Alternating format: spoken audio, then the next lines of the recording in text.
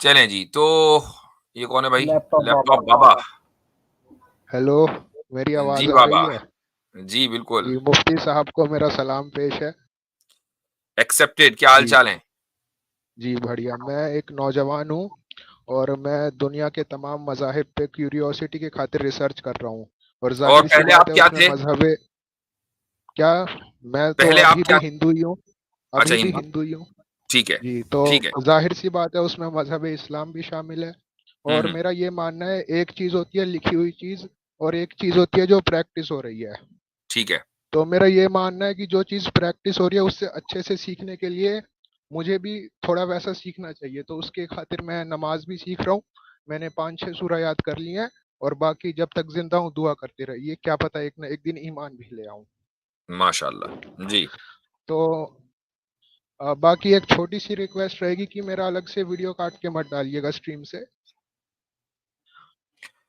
मेरे ख़्याल से इस रिक्वेस्ट को करना बेकार इसलिए है कि अगर लोगों की दिलचस्पी का इसमें सामान है, यानी लोग इससे कुछ सीख सकते हैं। दिलचस्पी का मतलब ये नहीं है, अगर उस लोग सीख सकते हैं, तो इसमें अलग से डालने में कोई नहीं। वैसे भी आपका कोई नाम और आइडेंटिटी तो हमें पता नहीं है। हम ही नहीं जानते आप कौन हैं, लोग भी नहीं जी, जान तो पाएँगे। लेकिन जी, आगे बात करें। जी।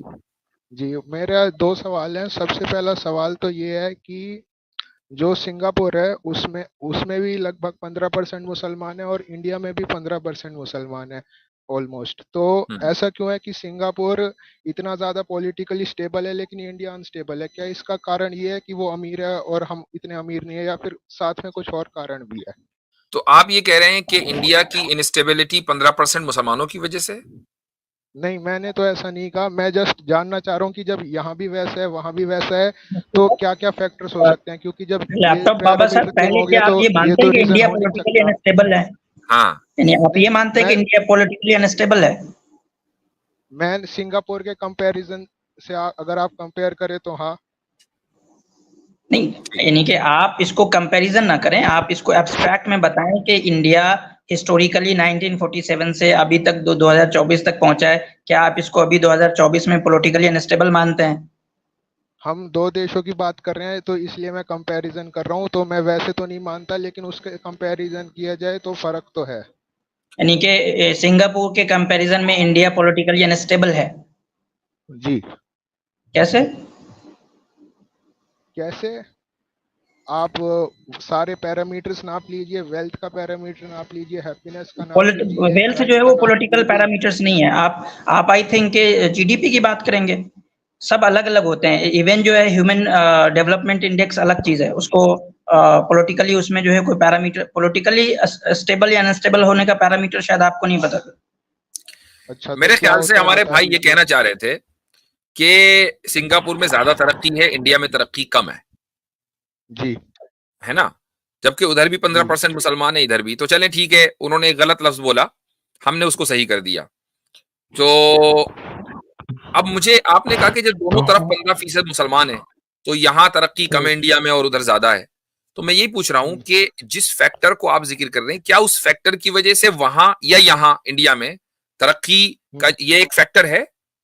जितने भी फैक्टर्स हो सकते हुँ, हैं, क्या 15% या 20% मुसलमान का होना, क्या एक फैक्टर है हुँ। किसी भी ऑर्गेनाइज़ेशन के नज़दीक या आपके नज़दीक? नहीं है। तो फिर यही तो आपके लिए पूछ मेरा रहा हूँ, तो सवाल है। फिर क्या फैक्टर है? इसीलिए तो पूछ रहा हूँ क्या फैक्टर है? मेरे भाई, जब ये फैक्टर है ही नहीं आपके नज़दीक, तो ये सवाल ही पूछना गलत है ना। आप ये पूछते अ, आकर कि भाई अच्छा। सिंगापुर में जी। लोग ज़्यादा तरक्की याफ़्ता हैं, इंडिया में नहीं है, क्या वजह है? आप ये करते। 15% मुसलमान की बात लाए किधर से? मैंने सिमिलैरिटी रखी ना कि यहाँ भी डेमोक्रेसी, वहाँ भी डेमोक्रेसी, यहाँ पे भी ऐसा, यहाँ पे भी ऐसा, तो फिर फ़र्क किस चीज़ का है, ये पूछने के लिए रखी मैंने सिमिलैरिटी। बस वहाँ मोदी जी नहीं है, यहाँ मोदी जी हैं, वहाँ अंबानी नहीं है, यहाँ अंबानी है, वहाँ अडानी नहीं है, यहाँ अडानी है, ये फ़र्क है? नहीं, वहाँ भी तो अमीर लोग होंगे। नहीं तो अमीर लोग मुल्क को चूस तो नहीं रहे ना, और सियासतदान उन अमीरों को करोड़ों रुपए कर्जे देकर माफ तो नहीं कर रहे ना। पूरा मुल्क वहां किसी अमीर की शादी में नाच तो नहीं रहा ना। तो ये आपके फर्क है। कहने का मतलब है कि यहाँ करप्शन ज़्यादा है। मतलब ऑब्वियसली बात है। अच्छा। भाई उसके बहुत सारे फैक्टर्स हैं, ठीक है, वो एक अलग मौजू है।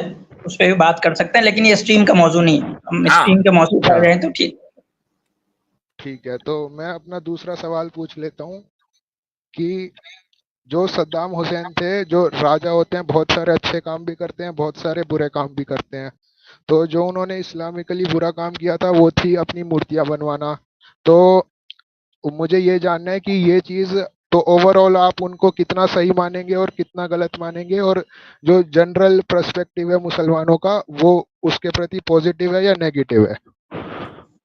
देखें, ये चीज भी एक पॉलिटिकल क्वेश्चन है, क्योंकि सद्दाम हुसैन एक पॉलिटिकल पर्सनालिटी थे, वो कोई मजहबी शख्सियत नहीं थे। तो जब एक पॉलिटिकल जी पर्सनालिटी होती है तो कुछ लोग उनके साथ होते हैं, कुछ लोग उनके साथ नहीं होते। इराक में ही खुद जी इतना जबरदस्त डिवीजन रहा कि कुछ लोग उनके साथ थे, कुछ उनके खिलाफ थे।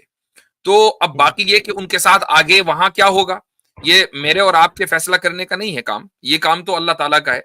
वो चाहेंगे तो बख्शेंगे, चाहेंगे तो नहीं बख्शेंगे। वो उनका और अल्लाह ताला का मामला है। हाँ, ठीक है, वो उनका ये और सही है। अल्लाह ताला का मामला है, लेकिन लोगों के दरमियान जो जनरल पॉइंट ऑफ व्यू है वो क्या है?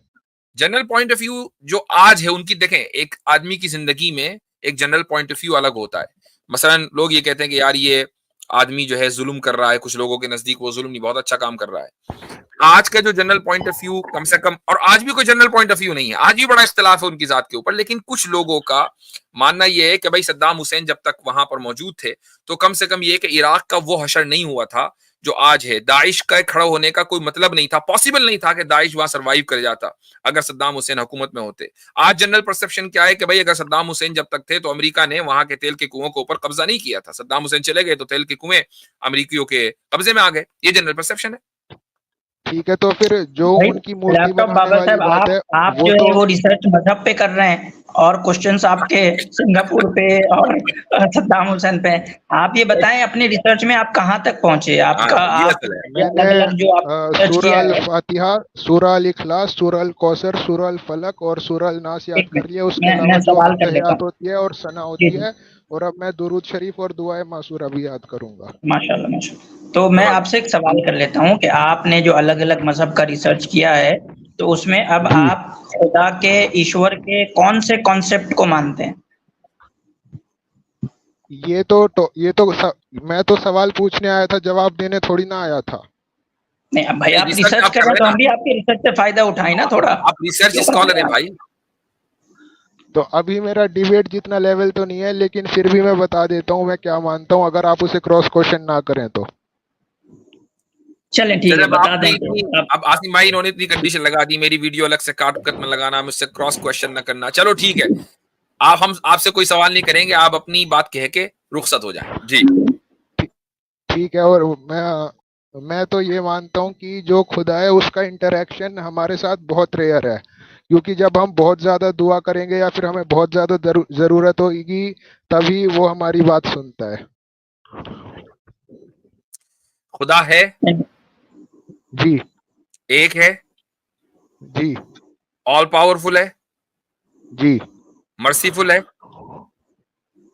जी ठीक है, सब कुछ जानने वाला है, जी रसूलों को भेजता है, हाँ, अपना कलाम नाजिल करता है लोगों की हिदायत के लिए। उसकी गारंटी नहीं दे सकता। ठीक, आगे चलें, मरने के बाद दोबारा जिंदगी है। अभी जो मरने मेरा के बाद ईमान दोबारा है, जिंदा, मरने के बाद इंसान को दोबारा जिंदा किया जाएगा हिसाब किताब के लिए या नहीं? मैं तो अभी फिलहाल नहीं मानता। ठीक है, तो इसका मतलब जन्नत और जहन्नम को नहीं मानते। नहीं मानते। ठीक, तो आपने अभी जो इस्लाम के जो बेसिक आर्टिकल्स ऑफ फेथ हैं उसमें से आपने आधों को माना है, आधों को नहीं माना है। ठीक है, तो आप जी अपनी रिसर्च जारी रखें, इंशाअल्लाह अल्लाह ताला जी अच्छा, आपके लिए रास्ता एक खोलेगा हिदायत का और आप तो एक दिन मुसलमान होंगे इंशाअल्लाह वो तो जी। बता दीजिए कि जो लोग सद्दाम हुसैन को सही मानते हैं और उनकी बहादुरी के किस्से सुनाते हैं, इसका तो वो रिलीजन से लोग कोई ताल्लुक नहीं वो है, ये एक पॉलिटिकल वो क्वेश्चन है। आप आप अपनी हजरत, वो रिसर्च इसका चलिए जो ठीक है है, जवाब हम तो कब देंगे? सुने सुने लैपटॉप बाबा, इसका जवाब हम जी कब देंगे? जब आप हमें ये बता देंगे कि नेपाल आज तक इंडिया की जितनी तरक्की क्यों नहीं कर पाया, तब हम इसका जवाब दे देंगे। अगली बात, ठीक है? इसका सद्दाम हुसैन से क्या रिश्ता? चले चले ठीक है। तो सद्दाम हाँ, हुसैन के सद्दाम क्वेश्चन हुसैन का का रिलीजन अल्लाह से से क्या रिश्ता? रिश्ता, यही तो बात है। लगता है सद्दाम हुसैन की बेटी ने इनका रिश्ता रिजेक्ट कर दिया। जी चले हाँ। लैपटॉप बाबा, इजाजत लेंगे आपसे।